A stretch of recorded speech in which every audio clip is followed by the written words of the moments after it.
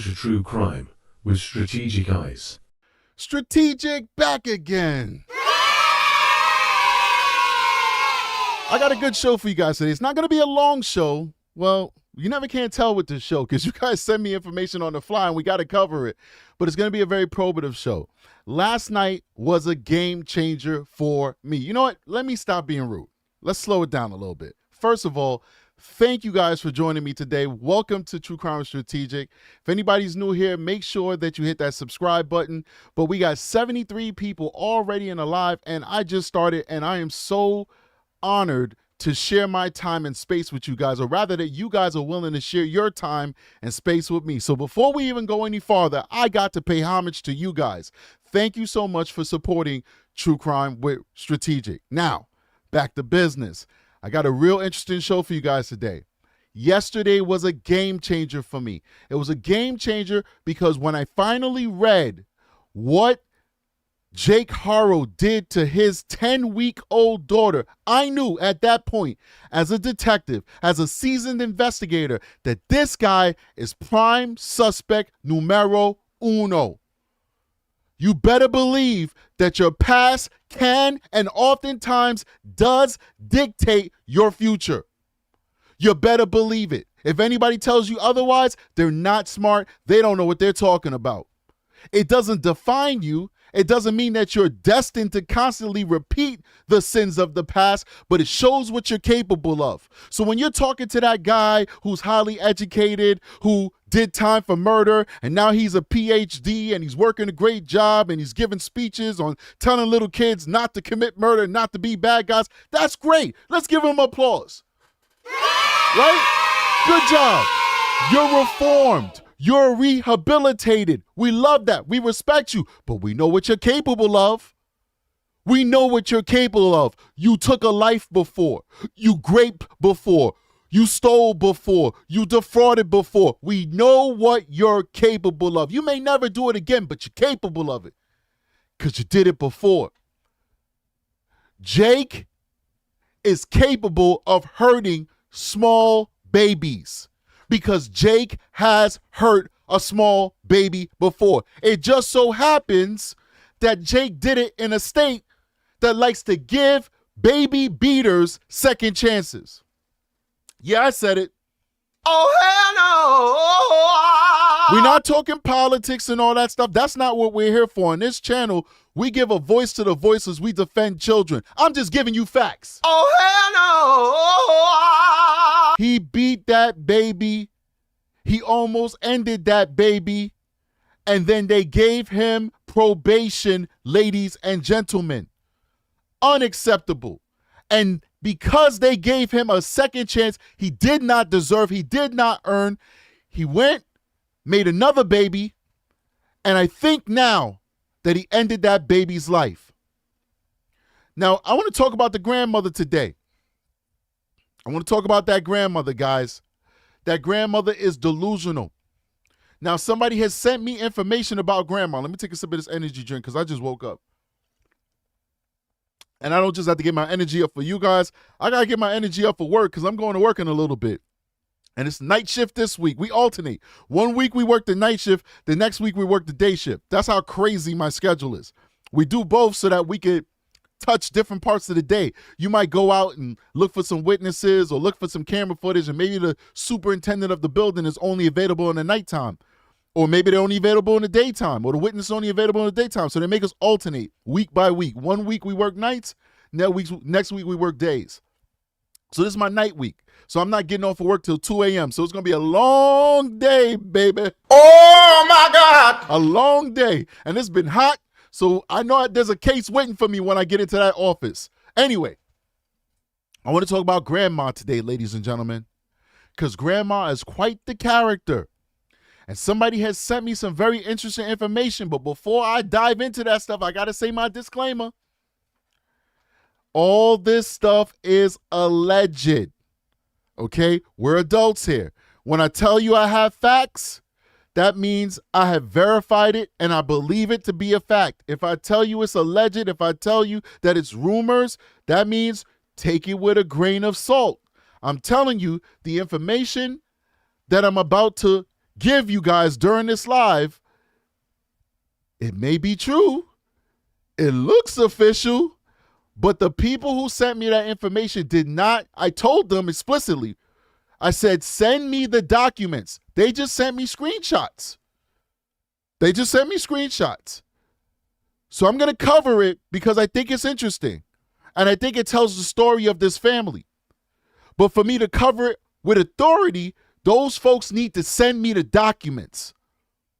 And we're not always going to cover stuff like that. So if you think you're going to send me piecemeal stuff, there's no guarantee I'm going to cover that. When I read over it, it kind of made sense to me. Even though it's not verified, it makes sense to me as to the character of this family, because all of the other information we have, the totality of the information we have about this family leads in the direction of this information that was sent to me.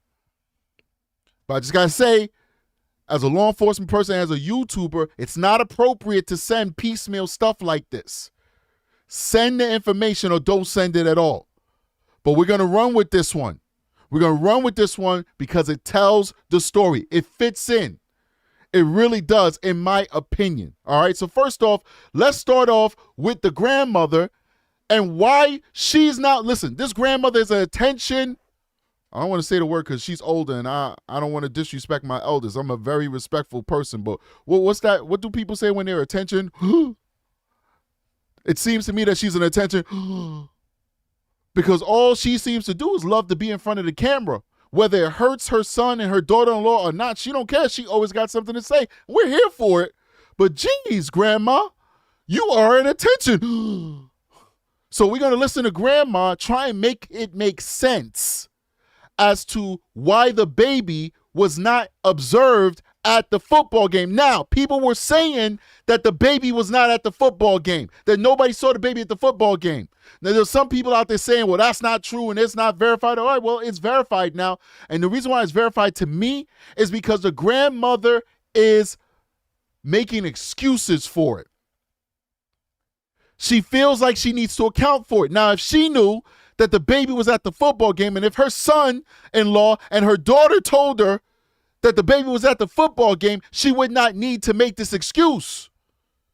But she's going to make an excuse as to why the baby wasn't at the football game, which means to me that she has, or seems to me rather, that she has inside information that the baby was not at the football game. Now, this is huge, because if the baby's not at the football game, that means the kidnapping never happened. The kidnapping never happened. If the baby's not at the football game, the kidnapping never happened. Now, listen, give me a second, because I think Aki is kind of like telling people what I do. Let me just say, because we got a lot of new people who are joining this show, who are coming in, and we appreciate that support. Please do hit that like button. We have almost 600 people watching this live right now and only 170 likes. We need that like, not for my ego. Believe me, I don't have an ego until I'm in front of a perpetrator and I'm interrogating them. That's when you see my ego. We ask you to do that so that we can get into the algorithm and the show could grow. That's all we're asking for our show to grow, for us to get our message out there, and we could give a voice to the voiceless. Now, for those of you who are just joining us, I'm an active duty detective. That is what I do for a living. What I do in my free time is YouTube. I talk about true crime. Most specifically, we fight for children. Not exclusively. We do cover crimes that happen against adults, but more specifically, we target fighting for children, giving a voice to the voiceless, like baby Emmanuel Haro.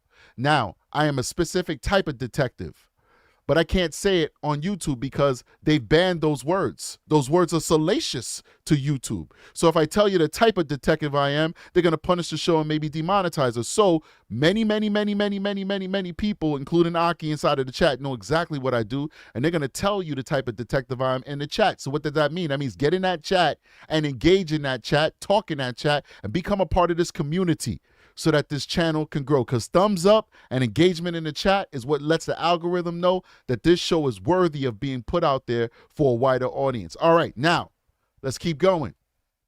Let's keep going.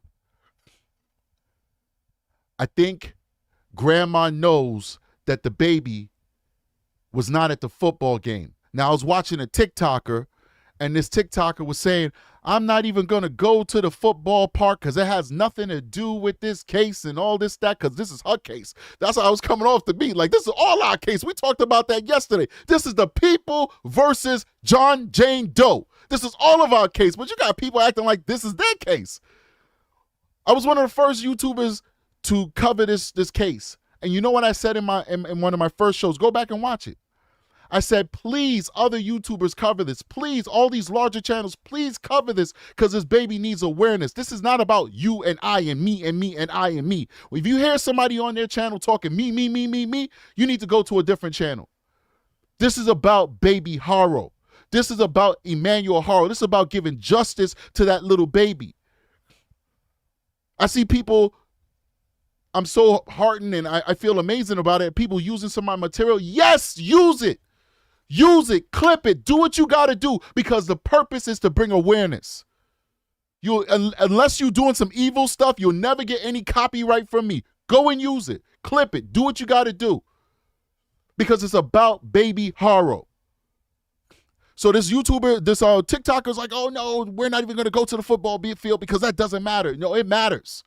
It matters because what happened at the football field solves this case, ladies and gentlemen.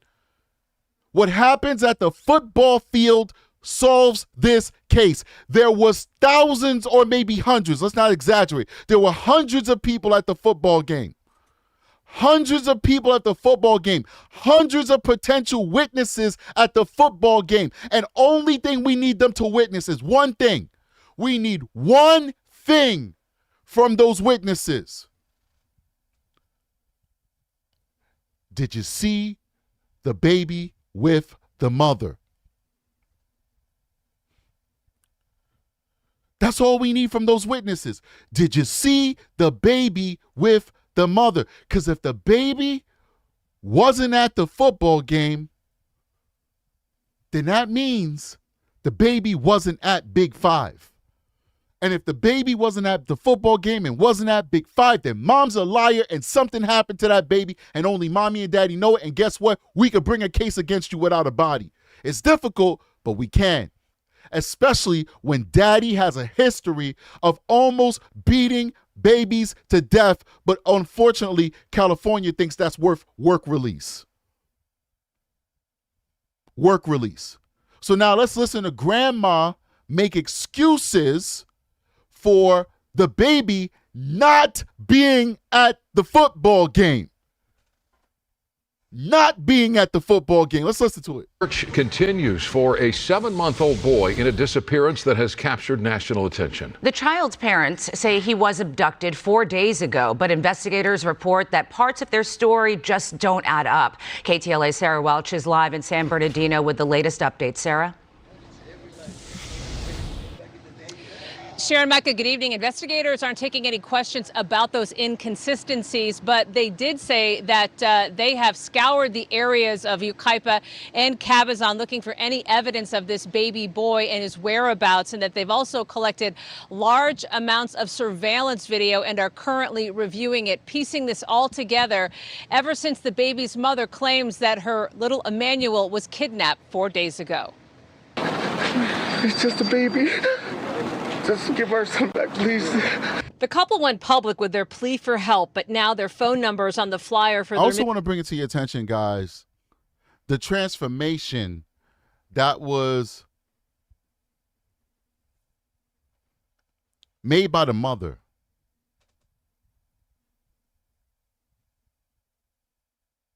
The transformation made by the mama. I don't have time to pull up a Facebook post, but many of you guys have already seen it. Let me see if I have one on hand. I think I have a Facebook post up here. If not, I'll pull it out. But how the mother looked compared to 2022. We're not talking about 2020, which would be, 5 years ago or something. Like, we're just talking like 3-4 years ago. How the mother looked back then versus how she looks now. Another thing that's stewing in my brain. I'm not worried about the weight gain because she just had a baby. That's a beautiful thing. And women's bodies change when they have babies.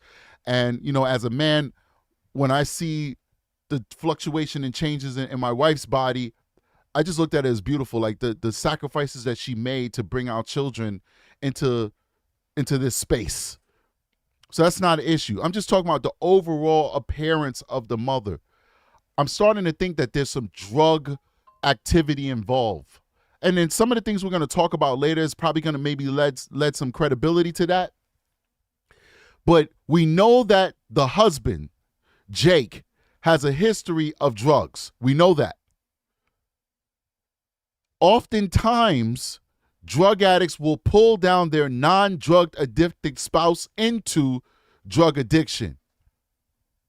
We're pairs for a reason. We're paired up for a reason. We're partners for a reason.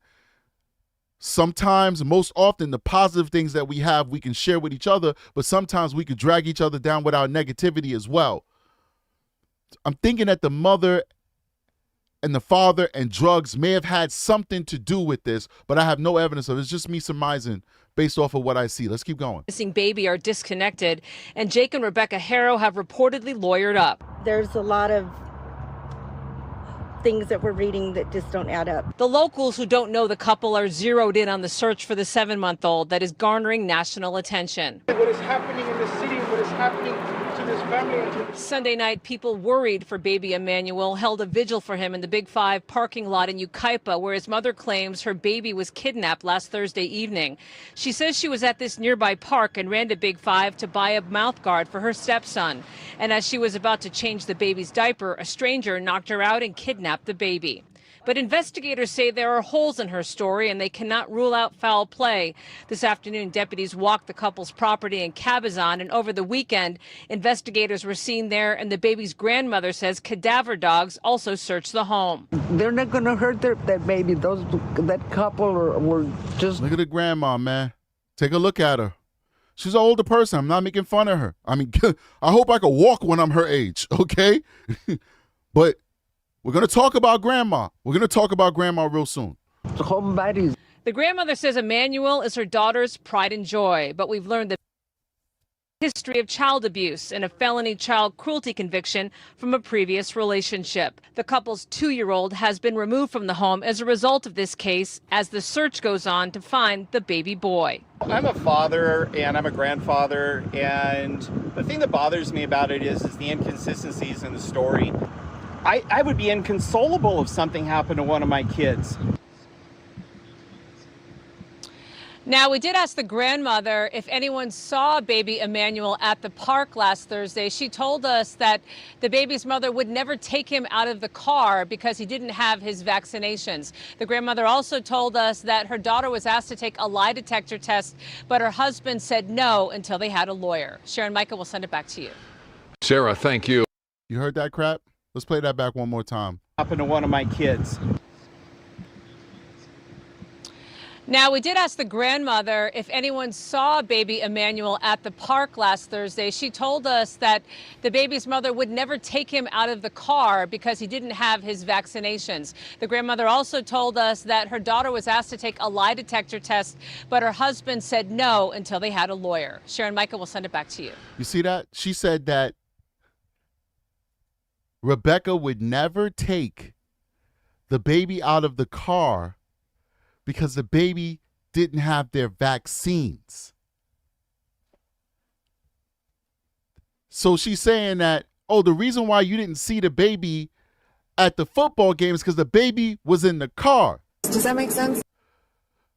Does that make any sense to you guys? So my question is, where was mommy? Does that make sense? So was mommy also not at the football game because the baby can't stay in the car by themselves? Does that make sense? Somebody's got to be in the car with the baby. So was mommy in the car with the baby the entire football game, or was mommy next to her husband who was with his ex-wife, who was with her new boyfriend? Were they all out there on the field together supporting the half-son, the stepson? Or was mommy in the car with the baby? Does that make sense?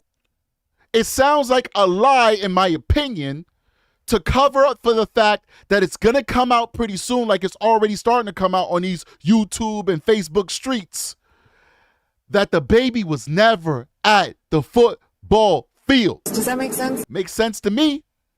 Makes sense to me, like grandma, who has a history of defending murderers. Oh, hell no. Oh, yeah. Grandma has a history of defending murderers. We read the article of how the grandmother was defending her son, James, the one who killed his girlfriend and got 50 years. How the grandmother was defending her other son, who was being accused of threatening, harassing, and stalking, allegedly, the family of the female that James killed. Just because they were mourning. These people are classless. They're perps, in my opinion. She has a history of doing that. And that history is repeating itself. What I tell you in the beginning of this live, history repeats itself. I would dare say that some people could view the fact that this young baby didn't have vaccines as child abuse. But let's keep going. I see a highlighted comment here. Let me read it out here. Beautiful Messy Ball says, the vaccines isn't super concerning to me, but sounds like they avoided taking him to the doctor. Wonder why, although the aunt said he was developmentally normal, nothing adds up. Great point, Beautiful Messy Ball. That is a big sign of abuse. When the parents avoid taking the child to the doctor. Why? Why? What are doctors, teachers, psychologists across the country? What are they? Mandated reporters. If you bring the child to the doctor and the doctor sees signs of abuse, what are they going to do? They're going to say, yeah, we just want to run some extra tests. Can you do me a favor, just have a seat in the waiting room and so we can get this machine started? And what the doctor's doing on the phone. Police come right now. This child is being abused. Really good point. Really good point, Ms. Ball. Excellent point. All right, what I'm going to do is I'm play another video for you guys because I want to set up this information on the grandma. It's not a lot. It's short, but it's telling. It really is telling. So let me get this set up for you guys, and then we're going to jump into that. Insanity. Absolute insanity. This case is like the gift that keeps giving in messiness and just inappropriateness. A mystery intensifying tonight around the disappearance of 7-month-old Emmanuel Haro, whose parents told investigators he was kidnapped from a Yucaipa parking lot Thursday night. Now investigators are digging into the father's criminal background, and KCAL's Lori Perez is following the urgent search for the little boy. There's no doubt with every minute that passes, fear is growing. The frantic question of where Emmanuel is now turning to, is he even still alive? As investigators say, they cannot rule out foul play. Praying to God that he is safe, he is found. Praying to God that the family is not involved. Community prayers for missing 7-month-old Emmanuel Haro. All right, hold on here. I do want to address one more comment that Beautiful Messy Ball made. She says, I'm a mandated reporter, but I won't judge a parent for holding off on vaccines or not giving them, especially in this day and age. That said, medical care is necessary. I hear you, Ms. Ball. But what you miss is this. There are a lot of people who don't believe in vaccines. I don't believe in all vaccines. I believe in most of them, the tried and true tested ones. I would not have a child and not give them the tried and true tested vaccines. There are other more recent vaccines that many promises were made for that I don't believe in. All right, but that's beside the point. The point is, people who don't believe in giving their kids vaccines, they don't hide their kids. They don't say, well, I don't believe in the vaccines, but I'm going to hide my kids from the population because I think they might get killed. They might get sick with something that the vaccine that I don't believe in might prevent. They don't do that. They just live their life. They're like, yo, we don't believe in vaccines. This stuff is natural. Kids will get sick. They'll get better. They'll develop natural immunity. It is what it is. Go out in the world and explore. I've never met a person who did not believe in scheduled vaccines, hide their kid in cars, never let their kid outside because they don't believe in giving vaccines, and therefore they don't want the kid to get sick. That's an oxymoron. So I hear what you're saying, and I agree with you, Ms. Ball, to a certain extent, but I feel like the behavior of the mother contradicts the ideology if, in fact, she believed that her child should not get vaccine because of adverse health effects that could come from taking a vaccine, allegedly. The way she's acting is contradictory to the ideology of somebody who holds those thoughts. What it does more align with is your original point, that it's not that she didn't believe in vaccines or didn't believe that they were effective or felt that maybe that they could hurt the child. It's that she just didn't want the doctors to see that something bad was happening to the child. Now, we're going to get back into this, but you're going to make me go backwards because I want to show you these pictures. Look at these early pictures of this boy and compare those pictures to what he looks like in the pictures that we're seeing. Look at him in that picture, right? Look at him here. Vibrant baby, smiling, moving his hands like babies do. How could you hurt a baby? I don't know. Like, they grow up and they become bosses of you and take all your money. That's when you should be pissed off at them. At this age, they're amazing. But look at this baby. That is the cutest baby on the planet. There's no other baby cuter than him. He's just the cutest baby on the planet. Now, look at him now.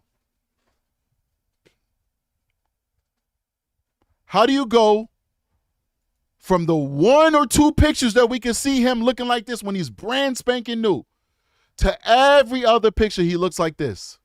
Well, that's cute too. But every other picture he looks like this. Or like this.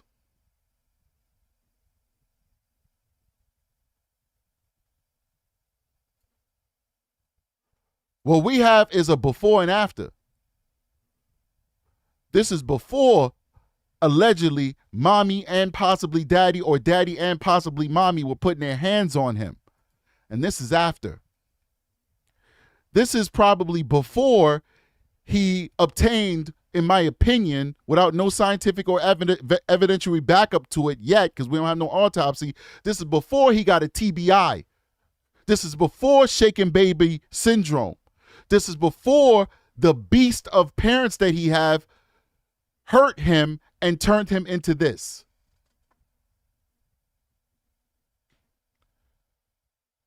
Other people have said it. I'm not the first to say it, but I 100% agree with them. Until I see evidence to the contrary, I believe that this child's condition that we see him in recent times is as a result of child abuse, traumatic brain injury. That's what I'm thinking. Now, before we get back to that video and I cue up this information on the grandmother, I guess I'm recognizing from what I can see in the chat that you guys don't agree. Well, the chat agrees. The chat loves the show, but the people watching the show versus the one hitting the likes, y'all must not like the show. We got 1,500 people watching this and only 476 likes. So I guess 1,000 people hate this show, and they just hate watching me right now. Like, I hate you, Strategic. I hate you, but I'm still watching, but I hate you. I'm teasing. Guys, please hit that like button. Please support the channel. We're only asking so we could get put into the algorithm and we can get exposed to a wider audience. We do appreciate you. I know people forget. That's why we remind you every couple of minutes. Please hit the like button. All right, let's get back to the news article. Are tinged tonight with dread as more information comes out about his father, 32-year-old Jake Haro's 2023 conviction for willful child cruelty. This afternoon, we received a copy of a felony complaint filed in Banning in 2018 that lists Jake Haro as a co-defendant with, the DA confirms, his then-wife Vanessa Haro for an incident on October 12, 2018, involving a child referred to as Jane Doe. Haro served 6 months in jail on that charge. On Friday, he told us he and Emmanuel's mother, Rebecca, we have 2 kids together. We have a blended family of 6 in total. It's unclear if one of those children. See how he almost had to think about how many 6 in total? I don't think he's counting the one that he destroyed. And here's why I said destroyed. He's probably destroyed 2 of them. Probably destroyed all 5 of them, to be honest with you. All of them could probably pinpoint some abuse that this guy has put on them, because these abusers, they can't help themselves. But my understanding is that 10-week-old, who's no longer 10 weeks old now, she's a bigger baby, that they experienced brain damage to this day, that they have never been the same since this father and the mother, because both were convicted. Vanessa and Jake were convicted of multiple broken bones. We read over this last night. If you guys didn't hear it, we have timestamps on last night's video. You could just go on the video, click the timestamp, and read me reading the article that goes into full detail as to what the father, Jake, and the mother, Vanessa, did to that baby. Horrendous. mind-boggling and heartbreaking. But he had to think about it. 5, 6, which one is it? You saw his brain spinning because he probably wrote her off because that's the one he went to jail for, so she doesn't count. Shame on this man. Shame on this woman for choosing this man. Shame on this man for existing. Let's keep going. Is the Jane Doe referred to in the complaint.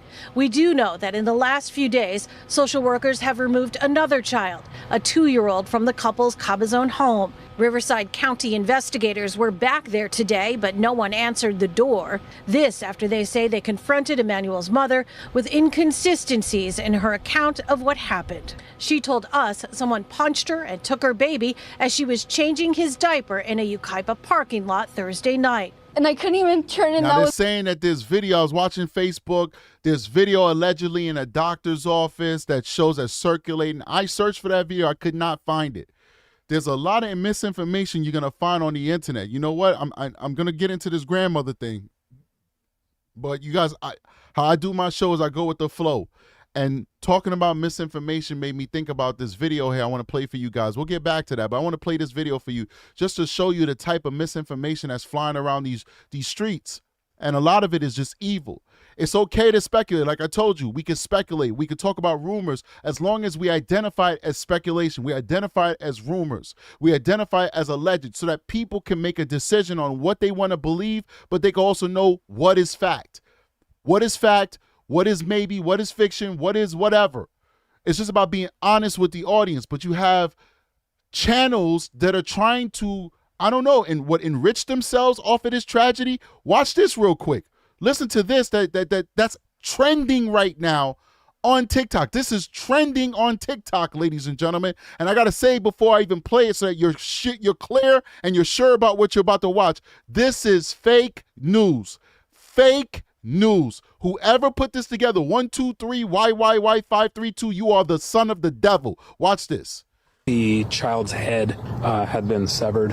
A 7-month-old baby's head was found in the woods. His mother was changing his diaper when he went missing. On Thursday night, the police received a report that a 7-month-old baby boy named Emmanuel Haro had been kidnapped on the 34,000 section of Yucaipa Avenue. The child's mother, Rebecca Haro, claimed that she was changing her child's diaper in the parking lot of Big 5 sports goods store when she was suddenly attacked by a stranger. When she woke up, you see how they tried to flip that like the baby was found?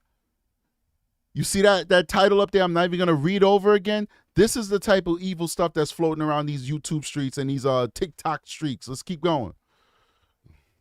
I don't remember nothing.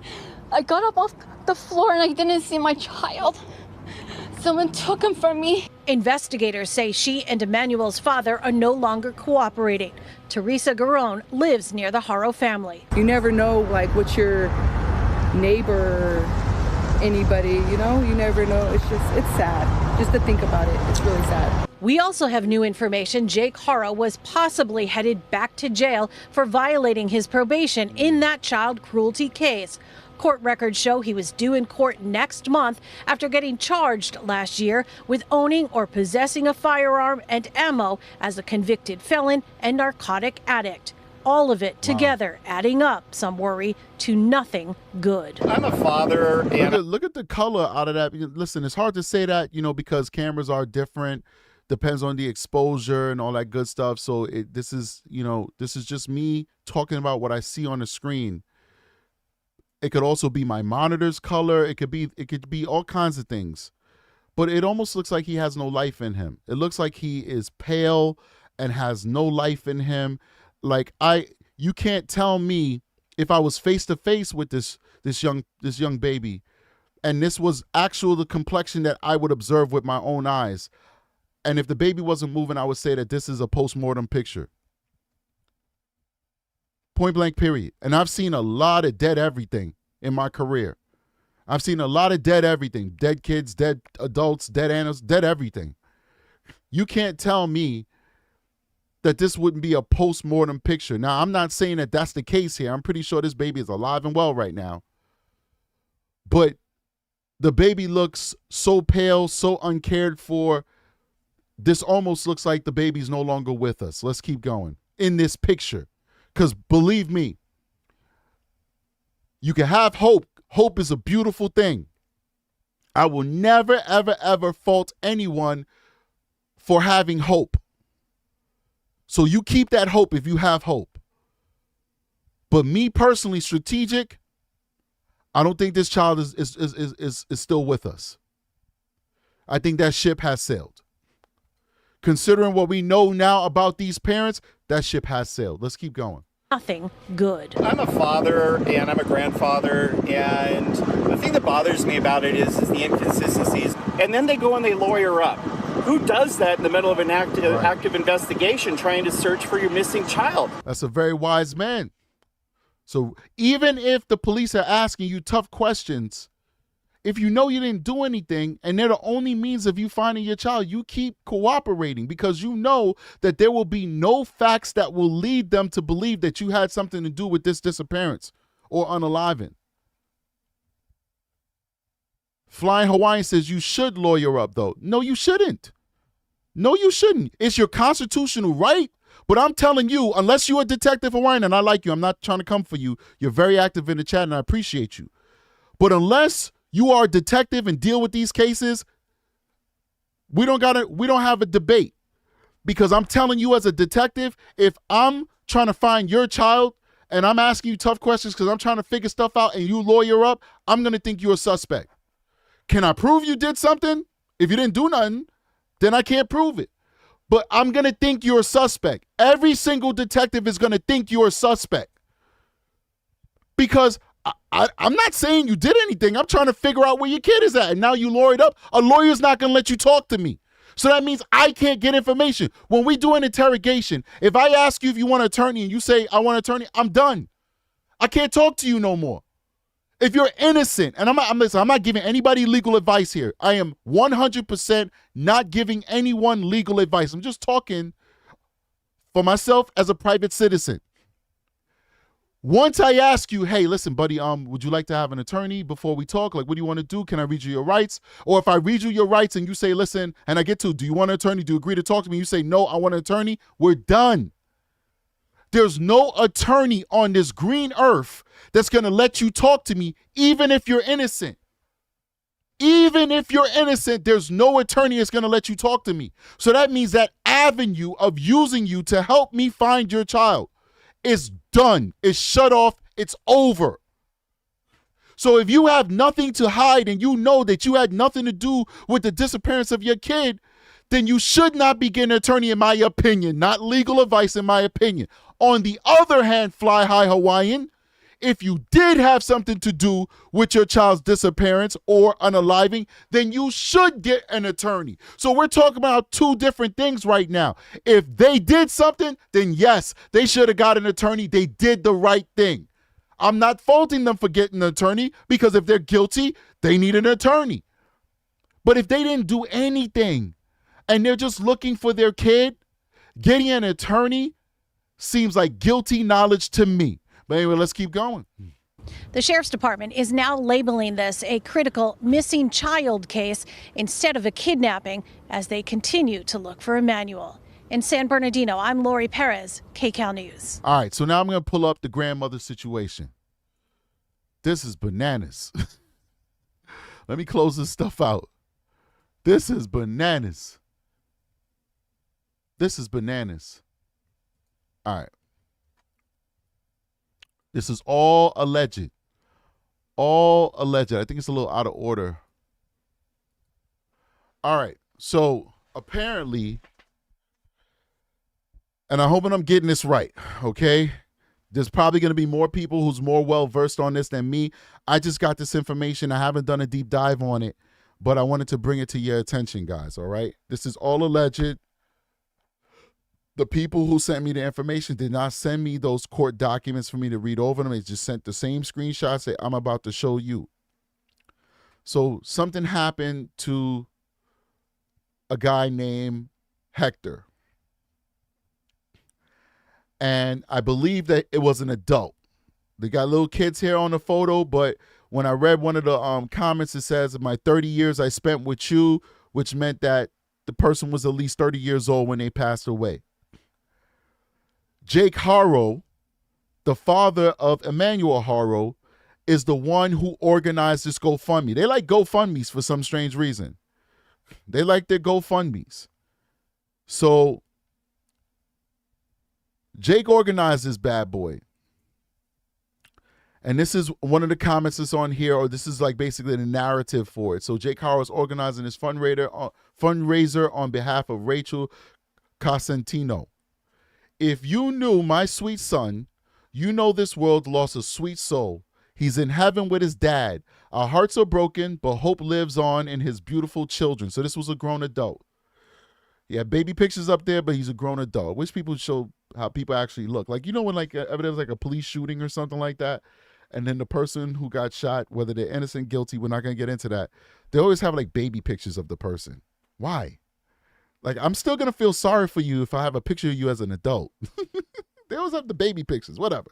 So this guy's like a grown man with babies of his own, and they got pictures of him when he was like 6 years old in like 1977. Anyway, back to what we were discussing. May our precious Lord guide and protect them the rest of their days. Thank you, God, for giving me the privilege to raise and love my son the last 30 years. Thank you, Lulu, for loving my son. And then they're asking for the donations. Now, people are donating good clips of money, which is good because, you know, we're burying somebody. The beneficiary is Rachel. The organizer is Jake. Now, let's read this article. Well, this court document. It looks like a court document. It's typed up like an official court document would be typed up, but I have not verified this. Let's read this. Therefrom indicted that Duran indicated that Duran continued to hold the gun in his hand. This is supposedly describing the killing of this guy, of Hector or whatever.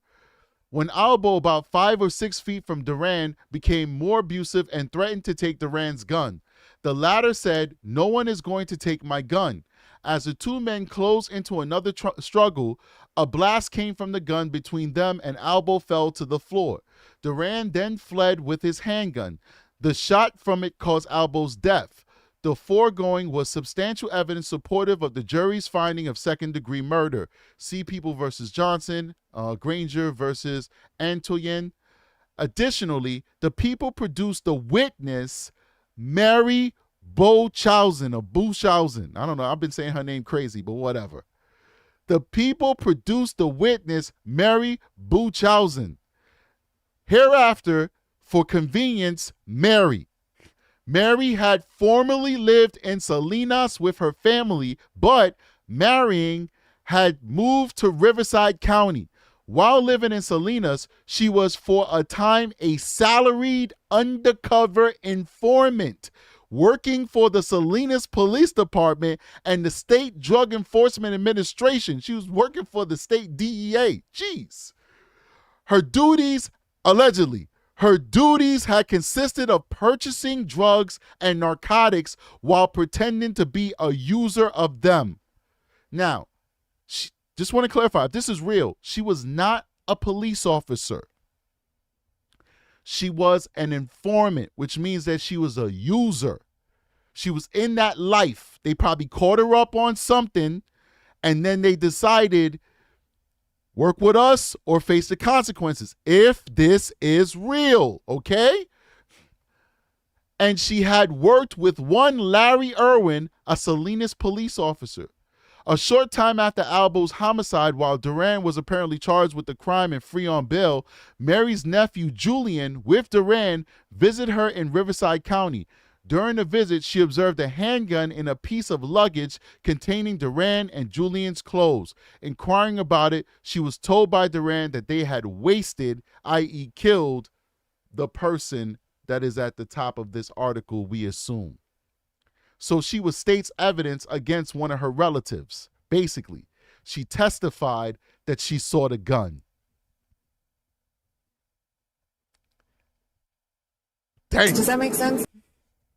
Oh my God. She sound like she been in that life. So if this is accurate and true, this makes sense when we see so many of her family members going to jail for murder, people overdosing on fentanyl. Charlie overdosed on fentanyl. Let me go ahead and bring Charlie up. I'm going to go on her page right now. This is Grandma's page. She has herself as a digital content creator. I don't know if that's something she's trying to do. She does like the cameras. This is Charlie.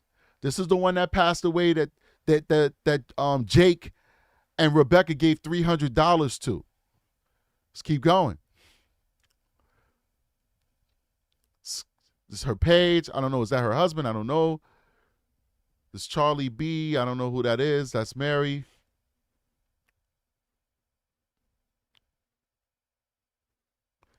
This is Charlie again, who passed away.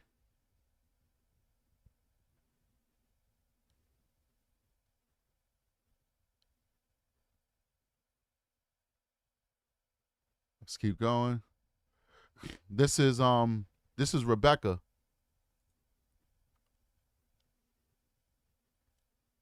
That's Rebecca, 2019.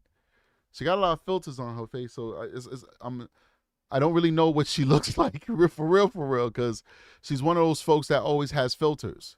Some women do that. I don't know if it's a self-esteem thing or a cultural thing that, we're all kind of like going towards filters. Like, this is me. There's no filter. All ugliness of me. Take me for what it's worth. There's only one woman I gotta please, and she gets on my nerves every day upstairs, okay? I don't gotta put no filters on my face, man. But anyway, this is how she looked 2019 with some filters on her face. This is her in 2025 with, I believe, the 2-year-old who was removed from her and Jake's custody. Let's keep going. Right now we have 1,800, almost 19, actually 1,899 people, one person away from 1,900, 1902, and we only have 867 likes. So I really would appreciate if you guys would hit that like button. We do need that to get into the algorithm. We're trying to get to 100,000 subscribers. That's our goal. 100,000 by the end of the year. We're at 91,000 right now. So please do support the channel. Hit that like button so we can get into the algorithm and they can show this channel to a wider audience. Let's keep going. This is more on Charlie's GoFundMe. It looks like they have like multiple different pictures on Charlie. Like, I don't know when this picture was taken of Charlie. This is Charlie too. It's like, this is Charlie from way back when, I guess. I don't know. There's a lot of different pictures of this guy. It is what it is.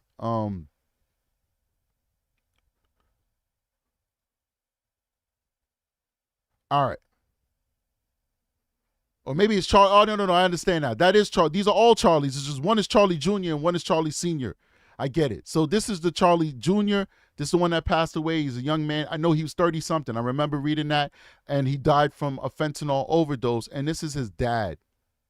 That's his father right there. And that's him. That's Charlie Jr. when he was younger.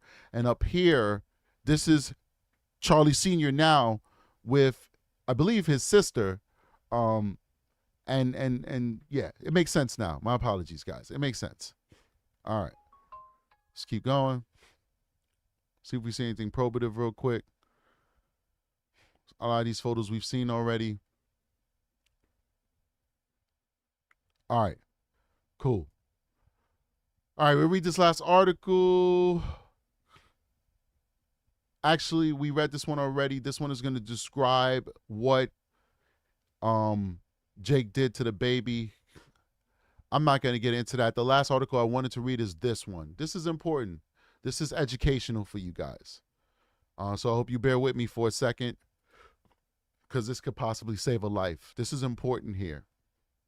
And these are the resources that we use as detectives.